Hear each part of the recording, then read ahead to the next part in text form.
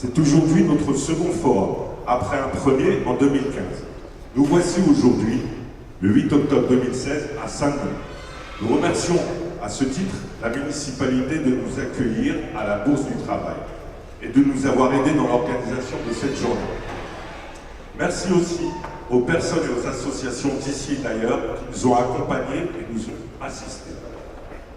Ce qui nous réunit, comme le dit la présentation de la journée, nous revendiquons un antiracisme politique.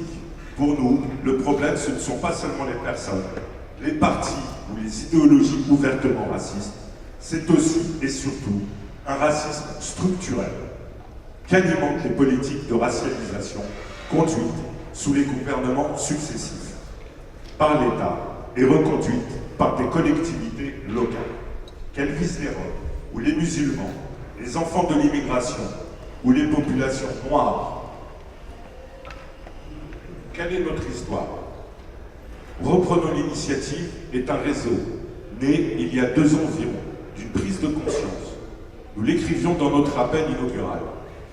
Nous assistons actuellement à une régression idéologique. L'antiracisme se réduit trop souvent à un combat contre le racisme individuel, à l'occasion de dérapages qui se multiplient effectivement. C'est minimiser la réalité du racisme systémique, c'est-à-dire au-delà des idéologies racistes, des discriminations au quotidien, mais c'est aussi occulter le rôle du racisme institutionnel. Le traitement étatique et municipal des populations roms venues de Roumanie ou de Bulgarie, pays membres de l'Union européenne, en est l'illustration la plus brutale. Il s'agit des Roms, mais pas seulement, bien entendu.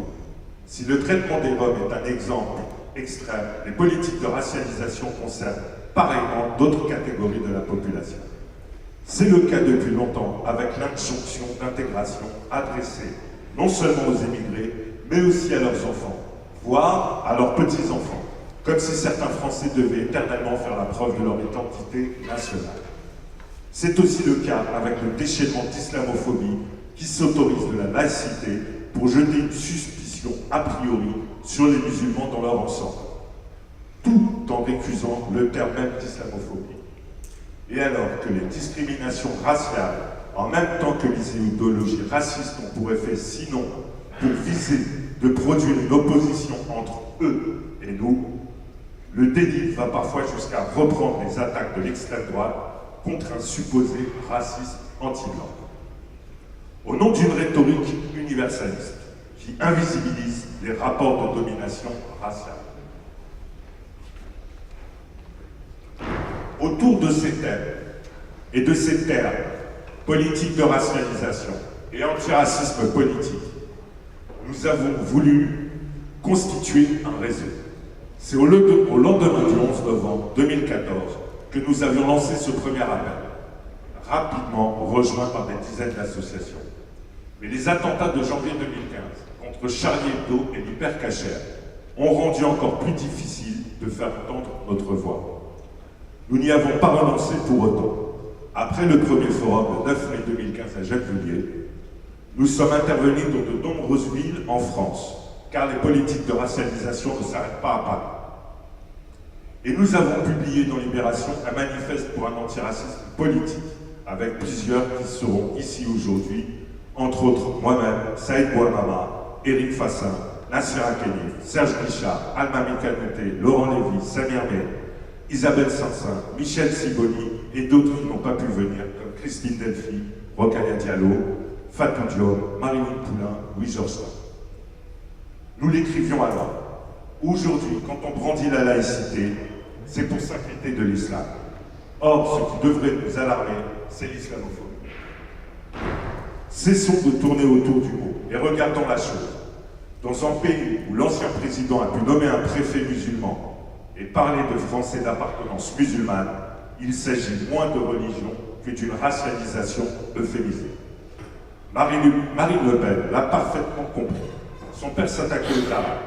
Elle s'en prend à l'islam, sous l'anti-judaïsme, nous savons bien reconnaître l'antisémitisme, qui vise les juifs, indépendamment de leur religion. Il en va de même pour l'islam. Il ne faut donc pas se perdre dans une querelle de mots. mais il ne faut pas non plus se laisser enfermer dans les alternatives absurdes. Qu'on n'aille pas dire que cet antiracisme nous éloigne des problèmes de classe, comme si la question raciale occultait la question sociale. Les discriminations fondées sur l'origine ou l'apparence redoublent les inégalités socio-économiques. Surtout, les opposés, c'est tomber dans un piège. De même que l'Union européenne, c'est aussi l'Europe forteresse. De même, les politiques néolibérales s'accompagnent en France et ailleurs d'un racisme d'État. On monte les uns contre les autres, les classes populaires contre les racisés, comme si ceux-ci n'appartenaient pas en majorité à celle-là.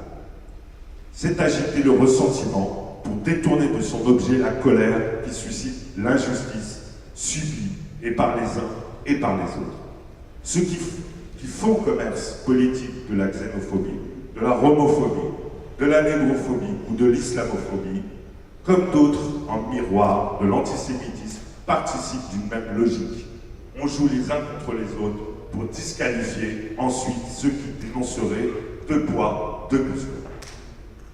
Or, la concurrence que certains cherchent à exacerber entre les ouvriers blancs et leurs voisins d'origine étrangère, ou bien entre musulmans et juifs, tout en montant les uns et les autres contre les Roms, fait obstacle aux questions qu'il faudrait poser de toute urgence.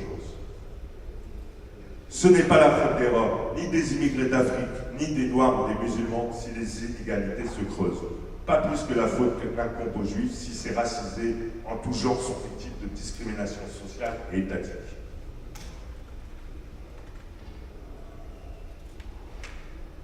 Lutter contre les discriminations ou contre les inégalités économiques, contre l'islamophobie ou bien contre l'antisémitisme, ce sont encore de fausses alternatives qui empêchent toute coalition, qui divisent ceux et celles qui devraient s'unir et unissent celles et ceux qui devraient se diviser. Tous ces éléments restent d'actualité. Pire, le constat ne cesse de s'aggraver. L'état d'urgence permanent, sous prétexte de lutte contre le terrorisme, ne fait qu'aggraver la situation des quartiers populaires. Dans le même temps, les réformes néolibérales et les mesures d'austérité ne cessent de creuser les inégalités économiques. La répression policière qui frappait déjà quotidiennement les minorités raciales touche désormais régulièrement les mobilisations sociales qui se dressent contre une politique imposée à marche forcée. Aujourd'hui, la convergence des luttes commence donc dans l'expérience de la convergence des coups. Mais il y a aussi le contexte de la campagne présidentielle. Pour beaucoup de gens, dans ce pays désormais, ce n'est pas seulement la gauche qui n'a plus guère de sens, c'est la politique. Tout se passe comme si la présidentialisation du régime vidait la politique de toute signification. C'est pourquoi il est si difficile de faire entendre un antiracisme politique, c'est-à-dire de parler autrement de politique. Mais c'est aussi pourquoi c'est tellement nécessaire. Nous vous invitons donc à faire des propositions qui contribueront à nos mobilisations collectives. Et pour amorcer la pente, nous en ferons déjà en fin de journée. Déjà, 4 idées. Une caravane contre les politiques de racialisation dans 20 villes de France, et même plus. Où des associations reprendront à leur compte ce combat en partageant notre vocabulaire et nous inviterons à nous associer à leur action. Un printemps de l'antiracisme politique pour ne pas abandonner le printemps à nos adversaires, en organisant une marche nationale autour du 21 mars, Journée internationale pour l'élimination de la discrimination raciale. Une réflexion collective sur les formes d'action contre le racisme, dans les formes qu'il s'agisse de la littérature ou de l'art ou de l'humour. La sortie à venir par exemple d'un film comique sur Contre les Roms pourra en être l'occasion. Mais ce n'est qu'un exemple révélateur. Comment réagir car il s'agit bien de réfléchir en pratique, sans paraître manquer d'humour ou sans apparaître comme des barbares incultes, insensibles aux ambiguïtés de l'esthétique, liées à l'impératif de la liberté d'expression. Quel contre-discours ou image opposé à ces formes? C'est une opération qu'on pourrait appeler ordonnée. Une campagne non présidentielle, puisque la campagne présidentielle ne parlera pas des sujets qui nous importent. C'est à nous de la parasiter. Un exemple, intervenir dans les meetings des candidats ou les émissions où ils s'expriment en posant et donc en imposant des questions. Au nom de Reprenons l'initiative, nous allons rédiger une série de telles questions, mais aussi inviter les membres du réseau à en proposer. Tout le monde pourra se les approprier pour se réclamer de notre campagne non présidentielle contre les politiques de racialisation. Voici donc quelques positions. Nous y reviendrons, et je le répète, nous attendons les vôtres, car notre réseau n'existera que par nos actions. Reprendre l'initiative implique de prendre des initiatives. Le contexte et le nôtre exigent donc à la fois de l'humilité et du volontarisme. Humilité, car personne aujourd'hui ne peut prétendre avoir la solution, la stratégie et la démarche permettant de répondre aux enjeux dramatiques de la situation. Volontarisme, car c'est dans l'action commune que des pistes du possible peuvent être trouvées. Nous ne devons pas baisser les bras. Nous ne pouvons pas nous résigner. Nous n'allons pas nous laisser décourager. Il faut reprendre l'initiative. Nous le répétons depuis 2 ans. Il y a encore temps, mais il est grand temps. Merci.